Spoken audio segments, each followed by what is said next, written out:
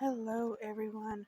So today's case is about Jeremy Toles, another Oklahoma case. I said in my previous video when we were talking about Darian Hudson that this would be my last Oklahoma case. For now, I kind of went through a rabbit hole because I am from Oklahoma and just kind of went through a rabbit hole of Oklahoma cases, but this is the last one for now. I do want to apologize first for the state of my voice. Like I said in previous videos, I am getting over being sick, and I'm also pre-filming a lot tonight, so my voice might be a bit worn out. I do apologize. But also, just because when searching this case, I couldn't find too many photos of Jeremy himself, so I apologize. So you will probably see the few that I have a lot, but I just wanted to say that right now. There also isn't a whole lot of information on Jeremy as well, or the case in general. So I apologize. So this will definitely be a shorter one. I hope you don't mind, but I wanted to talk about it anyway. So let's talk about Jeremy today.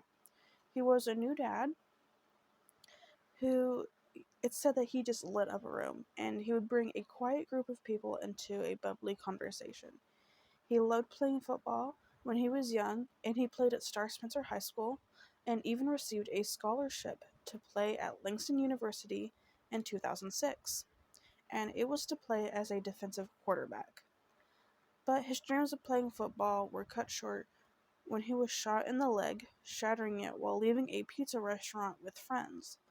According to a friend who was with him at the time, this incident actually changed Jeremy, and it led him to be skittish and start carrying a gun for safety. But he would eventually have a daughter, and this daughter brought the light back to him, and he just adored her and loved just showering her with gifts whenever he could. He loved cooking meals with friends, was friendly, kind, confident, and outgoing.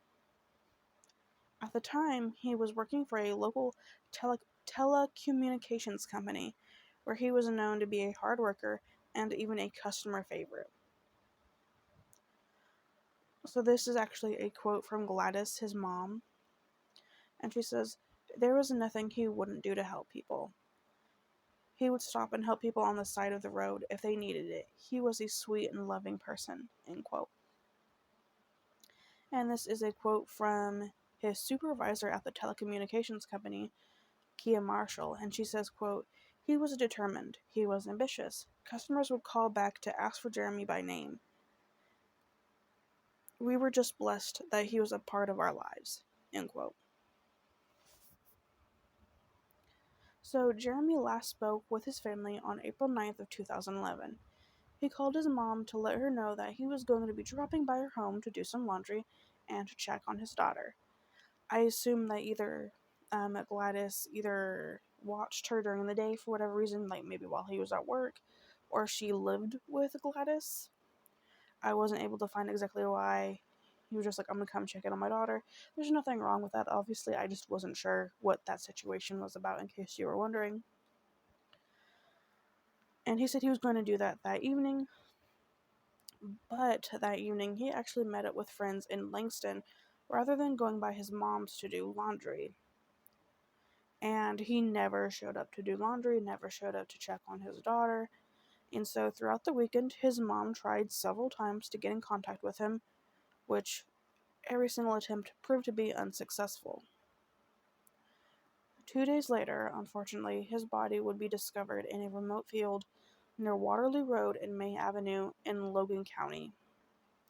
It would later be revealed that his cause of death was blunt force trauma to the head and that it was a homicide.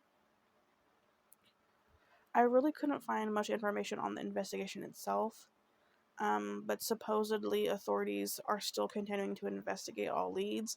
I don't know how true that is, but the case is unsolved and is actually labeled a cold case by police. And if you have any information about Jeremy Toles, maybe you saw him on the night of April 9th, 2011, you remember anything that could be of use, you are urged to contact the Oklahoma State Bureau of Investigation at 800-522-8017. Again, that is the Oklahoma State Bureau of Investigation at 800-522-8017.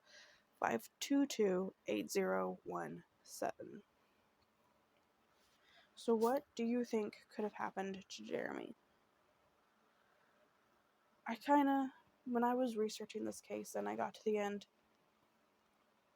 I kind of was just like thinking to myself, you should have went to your mom's house. You just should have went to your mom's house. You should have went and saw your daughter. You should have went and done your laundry, and maybe this wouldn't have happened to you that night. Not like victim blaming it. I know it kind of sounds like that, but just like almost like a man, you just should have done this instead. Maybe this wouldn't have happened, you know? Like, maybe you just shouldn't have went out with friends. Maybe something could have been different. And it kind of makes you wonder, like, who were the friends? Because it never mentioned the friends by names in none of the articles. Could it have possibly been the friends that did this to him? Could the friends have, maybe they could have gotten drunk, they could have gotten unruly, there could have been a fight, they could have done something, and then dumped his body in a remote field? Or maybe it was a complete stranger.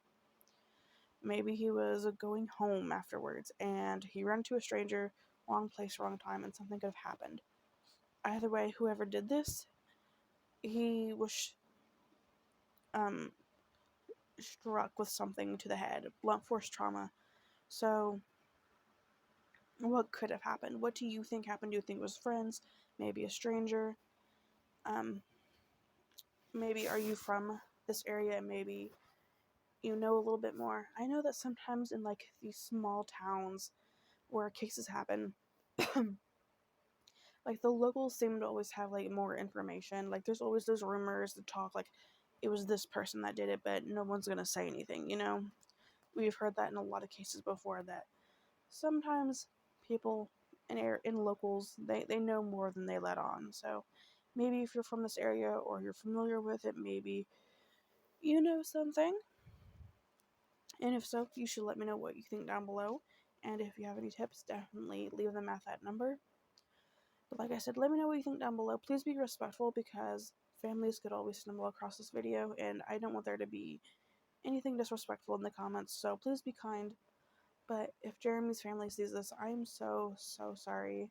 From the photos I saw of him, he seemed like such a sweet person. The descriptions and the photo of him holding his daughter, he seemed like a lovely dad, and he definitely should have had more time with his daughter, and it's sad that she won't get that. But at least she can be told about him. But I sincerely hope that justice can be brought to your family, and we can figure out who did this. Thank you so much for listening to Jeremy's story, and I will see you guys tomorrow. Bye, guys.